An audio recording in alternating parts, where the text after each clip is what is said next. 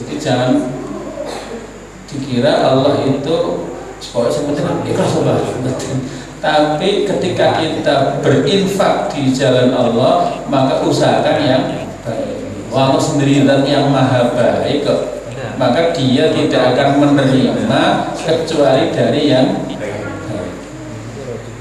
Sehingga fala yajuzu, maka tidak boleh lil mukmini, bagi orang yang beriman, ayat tasaddaqa, jika dia bersedekah birradi'i, dengan sesuatu yang hina, yang enggak berharga, min malihi, dari hartanya, wa yatrukal jayyid, dan meninggalkan yang baik. Sing apik-apik ditinggal, sing elek di tidak boleh. Karena memang ada satu penjelasan hadis dari Nabi kita, beliau menyampaikan, innallaha ta'ala tayyibun, sesungguhnya Allah Ta'ala itu baik, la yaqbalu illa tayyiba, dan dia tidak menerima kecuali dari yang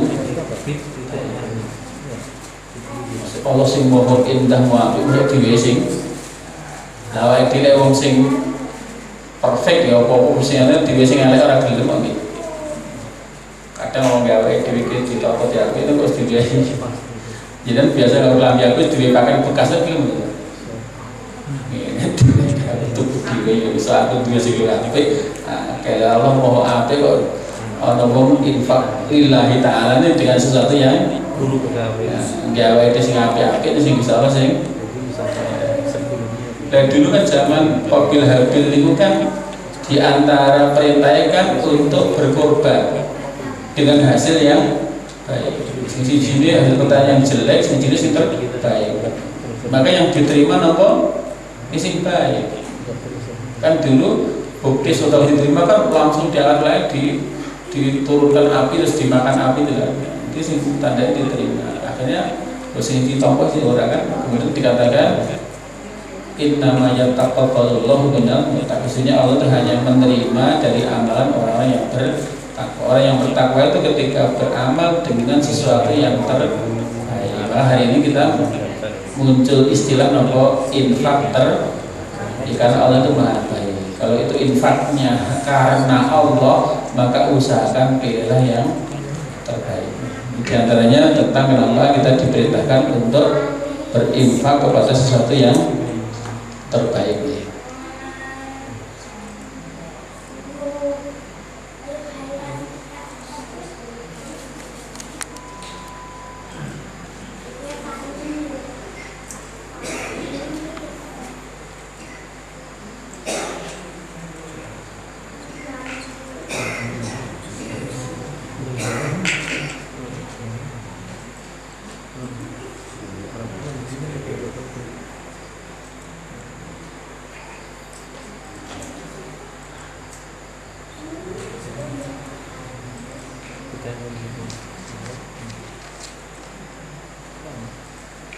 Dan kemudian ada satu hadis yang berkaitan dengan ayat di atas, yaitu qauluhu sallallahu alaihi wasallam fi sahih. Jadi sabda Nabi sallallahu alaihi wasallam dalam sebuah hadis yang sahih riwayat Imam Bukhari Muslim. Beliau bersabda, umirtu an uqatilan nas hatta yashhadu an la ilaha illallah wa anna muhammadar rasulullah wa yuqimus shalah wa yutuz zakah. Sabda Rasulullah SAW dalam sebuah hadis yang sahih, beliau bersabda, umirtu, aku diperintahkan an-uqatila, untuk memerangi an-nasa manusia, hatta yashhadu, hingga mereka itu bersaksi alla ilaha illallah, bahwa tidak ada sesembahan yang berhak diibadahi dengan sebenarnya kecuali Allah, wa anna muhammadar rasulullah, dan sesungguhnya Muhammad adalah Rasulullah.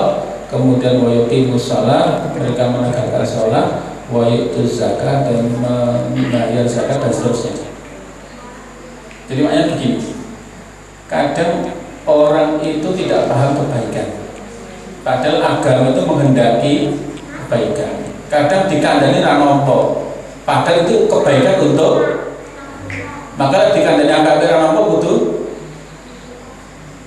Misalnya penjelasan putra nih butuh dawuhi le kowe aja dolan mengimungi, karena dia tahu akan keburukannya. dikandani api-api terus mboten nampa padahal jenengan menginginkan kebaikan dia, kira gimana? Kandani api-api orang gugu terus kudu dikatakan digetak ini, digetak lalu butuh diajar betul nih bocah ini. Mereka nggak tahu potensi keburukan yang kita pahami. Ngerti, ini opo-opo orang itu, mama nggak gaul deh, anak muda masa nggak boleh pergi. Itu kita sebetulnya tahu tentang potensi keburukan jika itu dibiarkan begitu.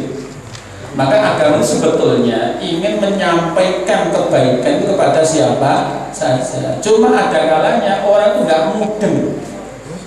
Dijak api orang mudeng apa? Kira-kira gimana Pak caranya? Musuhi. Kandani ya api-api mau kudu rada keras lah ngandani gitu. Artinya ini adalah bentuk pendidikan. Ini kan pernah terjadi tatkala terjadi perang Khaibar. Dalam suatu hadis riwayat Imam Bukhari nomor 2786 itu kan diriwayatkan di malam hari itu Nabi bersabda la utiyanna rayatan rajulan sungguh la utiyanna rayatan hodan rajulan dimana sungguh aku akan berikan panji ini esok hari kepada seseorang. Dulu kan kalau perang itu kan sebagai tanda dia akan dipilih menjadi Manggoliyuda Panglima itu menerima apa? Panji ini. Dan yang membawa panji itu adalah nanti komandan pasukan. Dan tegaknya panji itu menunjukkan tegaknya pasukan. Nah itu sampai jatuh berarti. Maka kan itu kan ada peristiwa yang sebelumnya pemimpin pasukan yang diamanah memimpin pasukan itu tidak berhasil menembus benteng Khaibar sampai pada kayak putus asa ini benteng pertahanan musuh sangat kuat sehingga diusahakan kok ditembus itu tidak bisa karena benteng berlapis 3 dan itu cukup bertahan dalam waktu bertahun-tahun karena logistik yang cukup besar disimpan di dalam itu.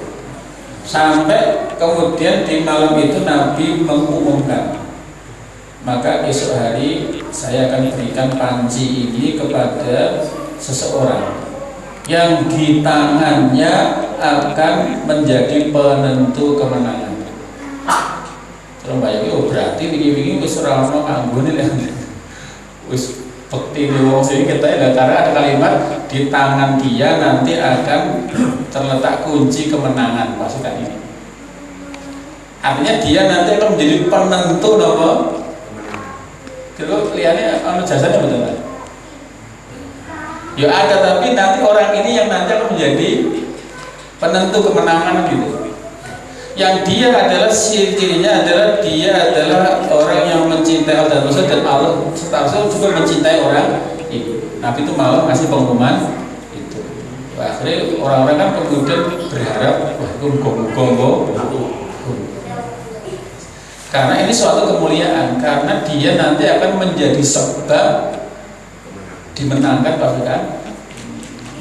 Ya misalnya kayak enten misalnya pertandingan sepak bola itu kan. Pertandingan sudah berjalan 2 kali 45 menit tapi kedudukan masih sama 1-1. Pemain ini selempoh itu kan, maka karena ini final dibutuhkan perpanjangan. Maka kemudian misalnya pelatih ngambil keputusan harus memasukkan pemain baru. Wah, ada pergantian pemain, si mau main 90 menit diganti dengan pemain. Begitu dapat 1 menit, gol, kira-kira menang enggak tim ini?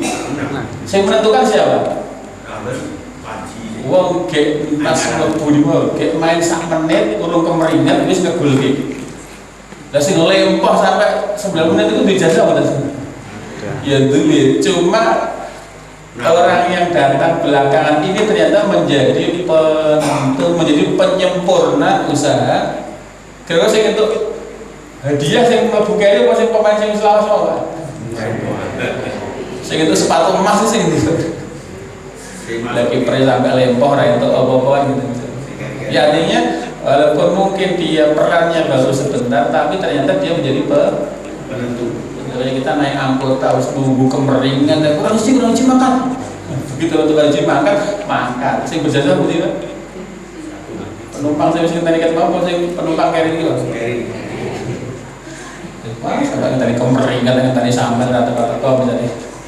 Ya artinya tidak. Nabi pernah mengatakan begitu. Dan akhirnya begitu pagi tiba, semua pasukan siap dan mereka kayak ngetok-ngetoknya bawa nomor dan kepresan kanjeng Nabi itu.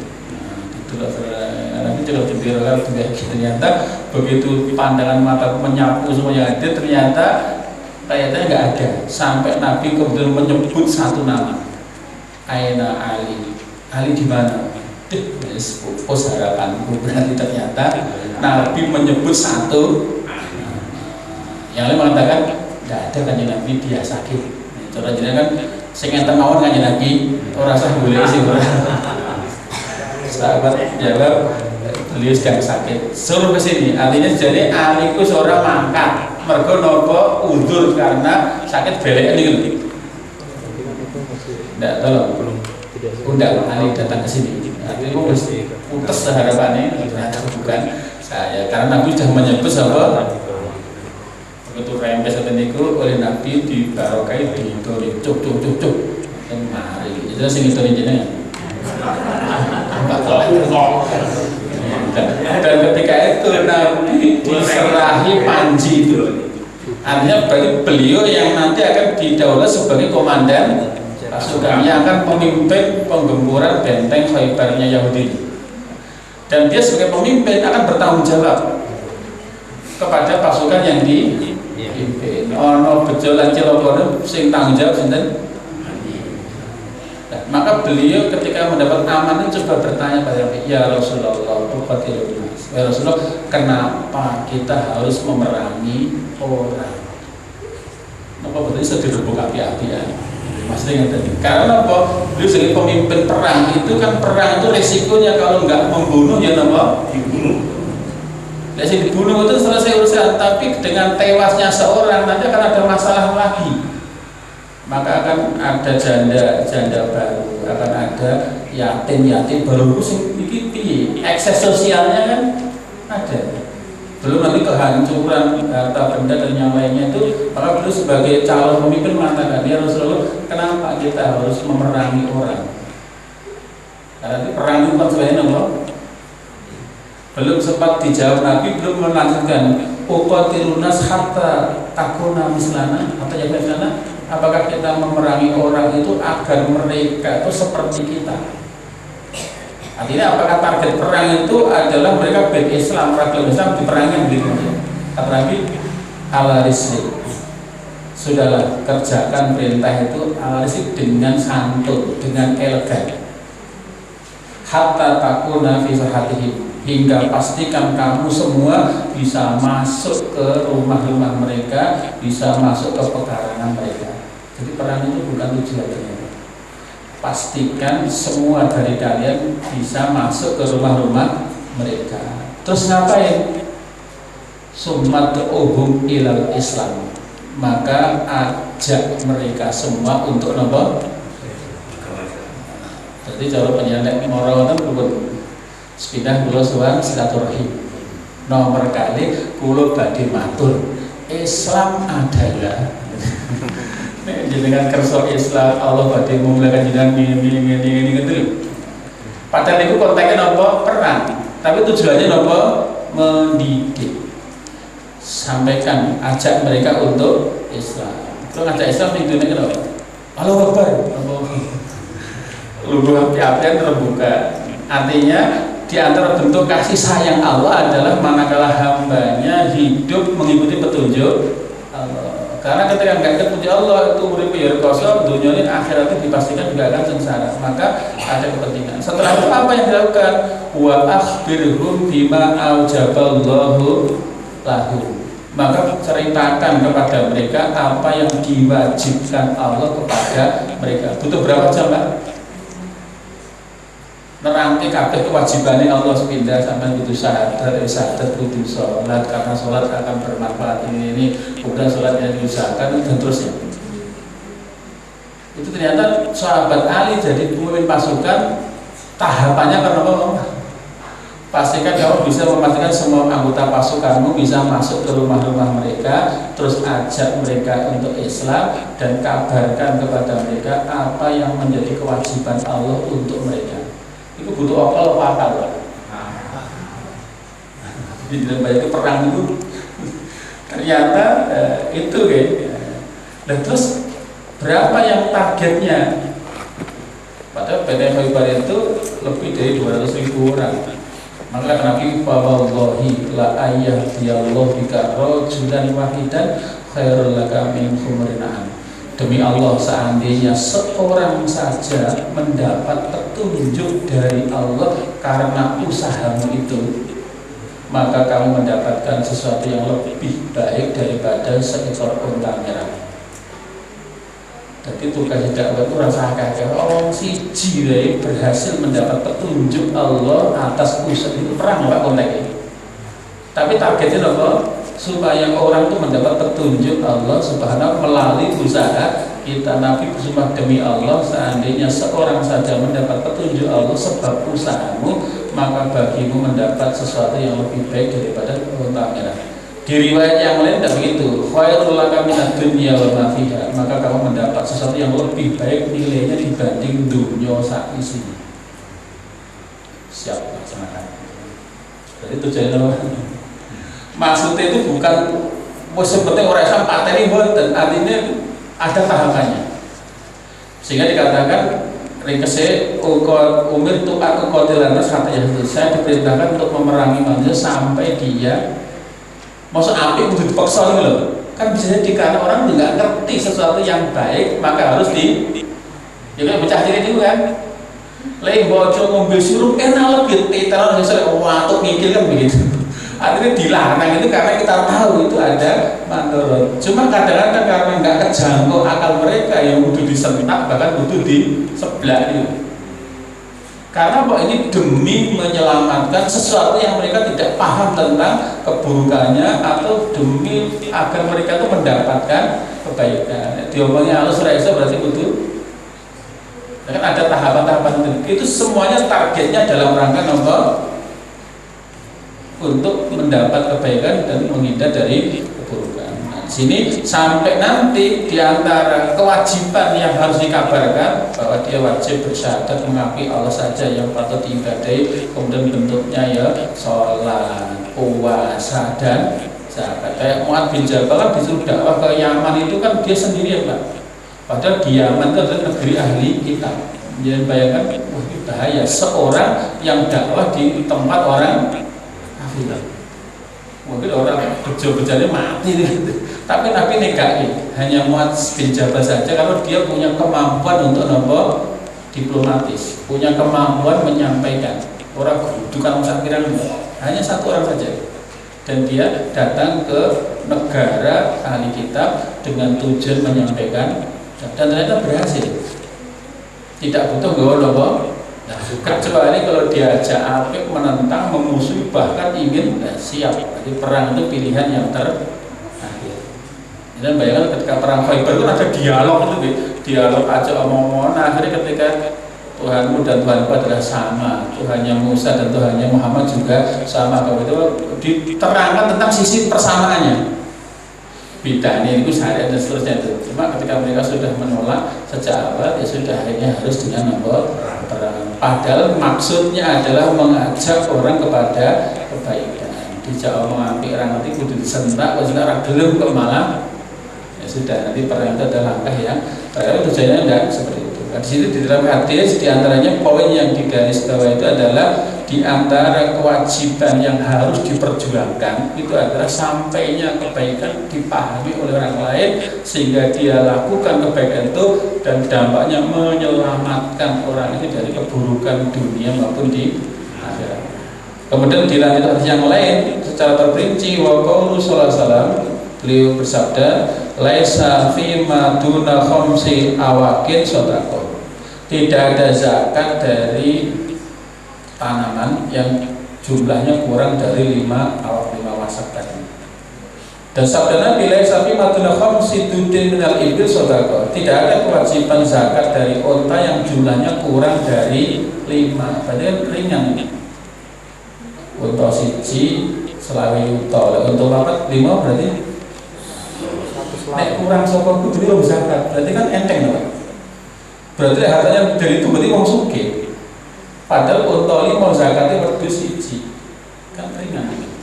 Artinya bagi orang yang punya harta seperti itu berarti asumsinya sudah terpenuhi kebutuhannya, sehingga ketika itu dikeluarkan tidak akan ganggu jalannya nomor kehidupannya. Kemudian Nabi bersabda wa firrikas khumusun al-khumus, dan di zakat barang temuan itu 1/5-nya. Misalnya jangan ke kebun duduk-duduk nemu kebun emas itu kan mendapat sesuatu tanpa usaha. Kok itu nemu, itu berarti zakatnya 1/5. Enteng apa bu? Dengan dia rezeki nomplok tuh lagi. Beda panen, nandur, rekosen, menagani itu ketika nemu itu. Jadi bukan itu tanah murah ini bisa jadi duduk ternyata orang masak gentong mana itu. Nah itu mendapatkan harta tanpa usaha, maka layak kalau bagian zakat yang dikeluarkan nomor contoh rezeki nomor hadiah itu zakat apa? Itu kan sesuatu yang tidak, makanya zakat hadiah itu berapa? Selawe persen malah seperempatnya gitu. Kita jangan teman-teman itu hadiah mobil pajak 25 itu jadi apa? Kok untuk orang itu ya begitu. Rikah itu barang temuan, mana ya duduk itu kan barang yang terkubur di tanah, nggak tahu pemiliknya siapa, terus hari ini diserahkan ke akar budaya. Nah kemudian jalan pertanian, Nabi dawuh fima sakotil ma wal uyun aukan asarian al usyad. Tetanduran pertanian yang itu diairi oleh air hujan atau mata air atau yang tuh embun itu niku zakate al usru 10%-nya, 1/10-nya. Ada hujan, maka zakatnya 1/10 untuk satu dari saketan. Setelah dikurangi biaya-biaya yang lain. Wa amma suqya bin nadhi, adapun yang diairi dengan tenaga dan biaya, butuh ditimbun, butuh dibuat air dan teknis, maka zakatnya nisful usr. Separuhnya 1/10 berarti nomor 1/20, 5%-nya. Untuk 1 ton berarti setengah kintal tok. Kan ringan itu. Kemudian, nah ini ada penjelasan dari Nabi diperintah itu memang karena ada petunjuk syariat, bukan semata-mata. Yang perintah kan Gusti Allah, dan Allah itu punya kuasa dan Allah Maha tahu tentang kebaikan yang diberlakukan untuk hamba-hambanya. Walaupun kadang-kadang hambanya tidak paham hikmah dari perintah Allah, maka sampai pun untuk menyampaikan kebenaran di sisi tahapan terakhir harus dengan cara berperan. Ini dalam rangka untuk seakan memaksa agar orang itu gelem dadi apik. Dan tujuan agama itu untuk kebaikan. Ad-dinu nasihat. Agama itu adalah nasihat, mengharapkan kebaikan. Nasihat itu ngarep apik bagus, itu mengharapkan suatu kebaikan. Jadi Nabi diperintahkan mananya ya karena ada perintah dari Allah. Jadi Allah memerintahkan mengajak manusia agar bersyahadat, kemudian menjalankan kewajiban yang lainnya. Maka jika mereka enggan, maka itu diperangi dalam arti misalkan dipaksa. Kemudian ada perintah wa yuqimus shalah. Di antara perintah yang wajib ditunaikan oleh hamba-hambanya Allah adalah dengan menegakkan sholat. Maksudnya sholat yang fardu dengan ditunaikan memenuhi syarat dan rukunnya. Kemudian wayutu zakat, dan mereka diwajibkan untuk menunaikan zakat, yaitu memberikan sebagian dari yang diberikan Allah padanya dari jenis harta-harta tertentu dan dengan jumlah yang tertentu, dikeluarkan pada waktu yang tertentu dan diberikan kepada orang-orang yang tertentu. Jika zakat itu ketat aturannya, tidak semua orang yang punya uang dipotong zakat, tidak ada ketentuan yang tertentu. Kemudian sabda Nabi menjelaskan batasan, misalnya tentang kalimat khamsi aukin, yaitu 5 awaqit itu maksudnya adalah jamak dari uqiyah. Itu kalau emas atau perak ukurannya seperti itu di depan tadi. Kemudian ada penyebutan sabda Nabi, laisa fi maduna khamsi tudin dan ibi sudaqah. Tidak ada kewajiban zakat dari unta yang jumlahnya kurang dari 5. Jadi dud itu adalah satuan hitungan Arab sana yang jumlahnya kisaran antara 3 sampai 10. Jadi bahasanya sebabnya kurang dari 5 itu sudah tidak ada kewajiban zakat. Kemudian sabda Nabi kita, wa fil rikas al khumus, dan di dalam barang hasil temuan, barang temuan itu zakatnya 1/5-nya. Rikas itu artinya ditemukan dalam tanah yang tidak ada usaha dia mendapatkannya, maka wajib diambil 1/5-nya untuk dijadikan zakat, diberikan kepada yang berhak, mulai fakir, miskin, amil, gharim, musafir, pindah, pembebasan budak dan yang seterusnya, itu Ibnu Sabil, dan itu ada 8 asal itu. Kemudian sabda Nabi kita mengatakan aukan asarian, atau dia mendapatkan panen dari air tanah, itu pun juga tidak karena usaha manusia, maka itu pun zakatnya 1/10. Wa maksudnya binathi, dan adapun tanaman yang diairi oleh pengairan teknis yang itu bisa menggunakan tenaga atau ada biaya, maka itu zakatnya nisful usr, separuh dari 1/10, berarti 1/20 Ini kemudian yang butuh kita pahamkan, yang poin ketiga itu, alimhum annaman syahida ala Allah wajib alai ayatullah syarika lahu batatu wahidan, bahwa orang yang sudah bersyahadat maka dia wajib mengibadahi Allah saja tanpa menyekutukan dia dengan yang lainnya. Dan barang siapa yang bersyahadat bahwa Nabi Muhammad adalah utusannya, maka konsekuensinya wajib alaihi ayyuhibbahu wa ayyuti'ahu, dia wajib mencintai Rasulullah dan mentaati Rasulullah SAW, wa yatabi'ahu fi kulli ma ursila bihi, dan wajib mengikuti terhadap apa yang diutus Nabi atasnya, dan kemudian wa ta'ilai, dan mengajak manusia kepada apa yang dibawa Nabi SAW. Yang keempat, alimhum anna zakat ukhtus shalah. Sesungguhnya zakat itu ada saudaranya salat. Jadi nggak bisa dipisahkan antara sholat dan zakat. Yang baca di ayat Al-Quran mesti kita tahu wa yuqimuna sholata wa yutuna zakat. Jadi selalu dipasangkan ketika ada perintah sholat gandengan nomor zakat. Sampai para ulama kemudian membahas berarti itu 2 amalan yang bisa dipisahkan. Artinya sampai disimpulkan yang mengatakan tidak diterima sholatnya orang yang nggak mau zakat, dan tidak diterima zakatnya orang yang tidak sholat. Jadi 2 ini adalah bersaudara, nggak bisa dipisahkan, ada gandengannya. Sehingga dikatakan fala yahilu lil mu'minin ayyam taha mata wajib, maka tidak boleh bagi seorang mukmin untuk menolak bayar zakat ketika sudah tiba kewajibannya. Makanya nanti zakat itu ada waktu di mana orang wajib mengeluarkannya. Bahkan sampai yang menolak zakat itu maksudnya bahaya.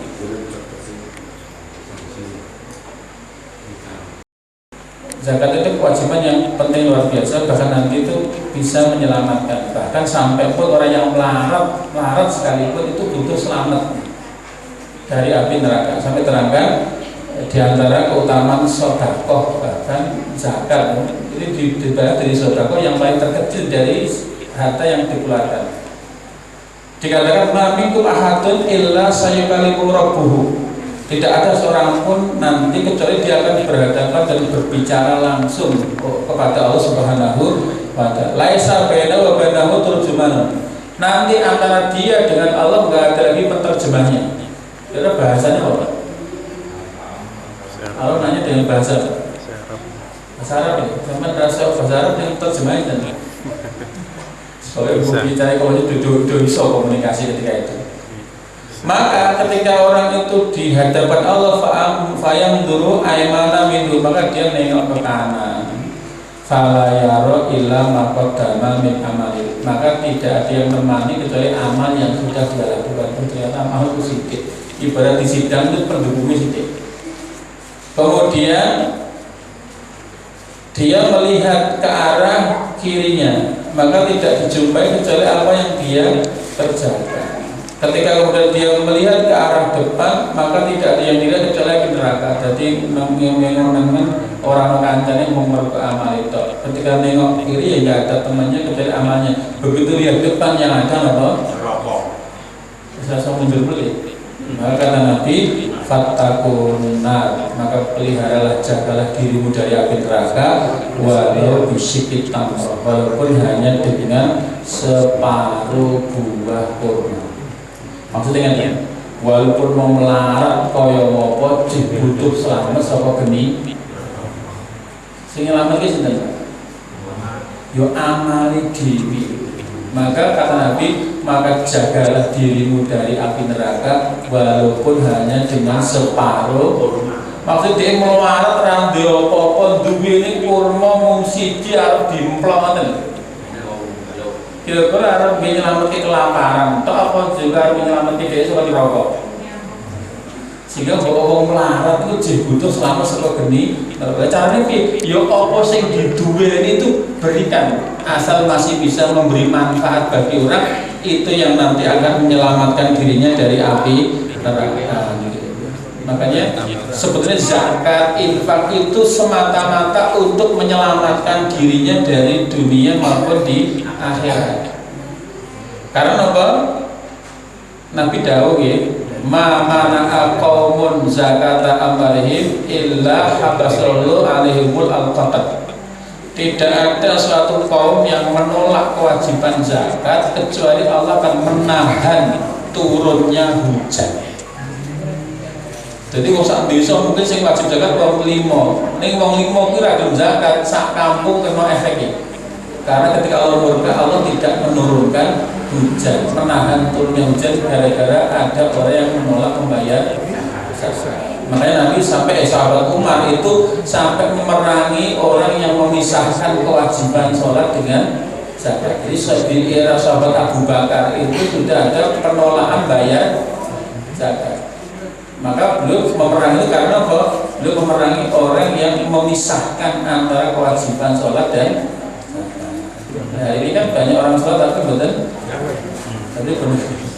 Artinya zakat itu sebetulnya akan menyelamatkan dirinya dari kerugian dunia dan azab di akhirat. Bahkan wong melarat pun yang sebetulnya tidak wajib zakat, tapi dia butuh selamat dari api.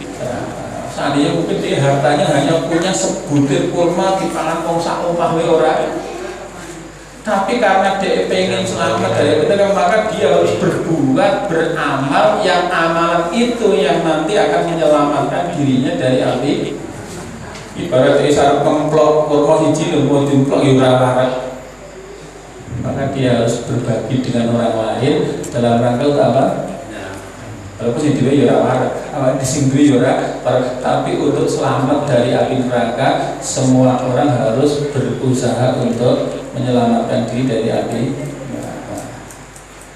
Maka sampai ini Nabi menggambarkan ini, la yatasaddaqu ahadukum bitamrah, dengan syarat min kasbit thayyib. Tidaklah seorang itu bersedekah dengan satu butir kurma, cuma yang dia sedekahkan dari hasil pekerjaan yang baik, illa akhadallahu biyamin, kecuali begitu disedekahkan langsung ditompo Allah dengan tangan. Dan bayangkan ilustrasi Nabi, begitu harta terlepas dari tangan langsung ditompo Gusti Allah. Walaupun jadi si nompo kita orang fakir, orang miskin, bocah yatim, itu harganya begitu lepas dari tangan kita langsung ditompo, dipelihara oleh Allah, dijogo. Fayurbihi kama yurbi ahadukum fa'uhu al-qalu, dan itu diompaini, dipelihara oleh Allah sebagaimana seorang ngompaini memelihara anak unta atau anak kuda.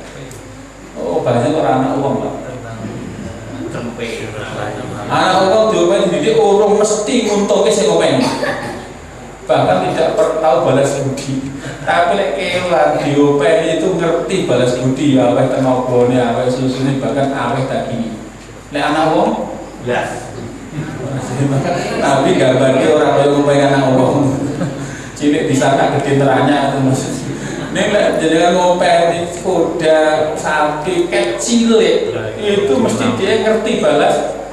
Sampai sini gambarnya niku sedekah awake dhewe satu butir kurma ibaratnya sithik wae, asal itu dari usaha yang baik langsung ditampa dening Allah dan dipelihara, bahkan dikembangkan sampai seberapa hatta takuna misal jabal wa'dhab. Di sisi Allah itu akan bertumbuh dari gede kaya gunung, bahkan lebih gede lagi. Dan bayangin kurma sak butir niku regane pinten, Pak? Itu bisa betul kurma sing apik sak butir itu regane sampai 500 rupiah. Nek sak babor itu piro Pak harganya? Nek sak truk piro? Nek sak gunung piro? Padahal modelnya napa? Siji loro. Maksudnya wong melarat atau kaya ngopo aja beli. Kadang gelem sedekah nunggu turah. Karena sedekah ini mboten kudu wong sugih, ning sedekah ini bakal nyelametke dheweke niku. Terus yang butuh selamat rokok wong sugih itu wong marah. Maka ini dalam rangka menyelamatkan diri kita. Maka walaupun isone sithik wae ana sing apik.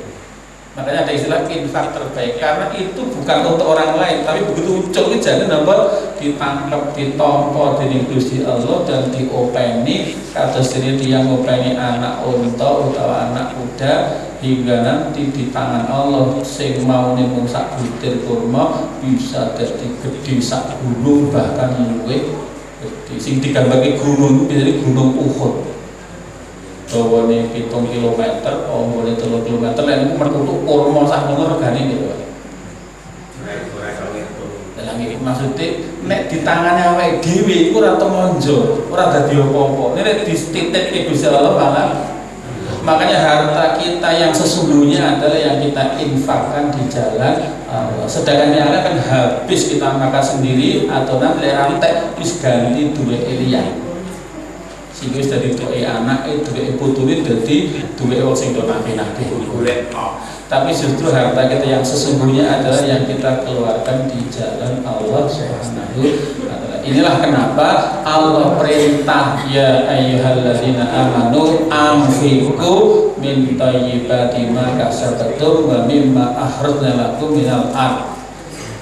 Artinya paring itu karena dia akan diselamatkan oleh Allah dan nanti hasilnya akan dikembalikan kepada kita. Sehingga jangan dipilih yang jelek. Karena lek sing diwehe jelek diupani dadi napa? Dadi elek buruk awake dhewe pira-pira. Maune kurma siji melenyek, kemudian didetek sak gunung kurma melenyek lho ya. Makanya disuruh memilih yang baik karena nanti itu akan diopeni, dipelihara oleh Allah dan dikembangkan menjadi gede dan akan dikembalikan kepada kita. Kira-kira akan disimpan apa tidak uang? Soalnya karena harta kita itu adalah yang dipakai orang lain. Manfaat untuk kita tutup hari ini kita sudah dari Allah bahwa ada di antara harta yang kita miliki itu hak orang lain, sehingga Allah perintah itu semata-mata dalam rangka untuk menyelamatkan kita baik di dunia maupun di aku qouli hadza astaghfirullaha innahu ghafurur rahim. Assalamualaikum warahmatullahi wabarakatuh.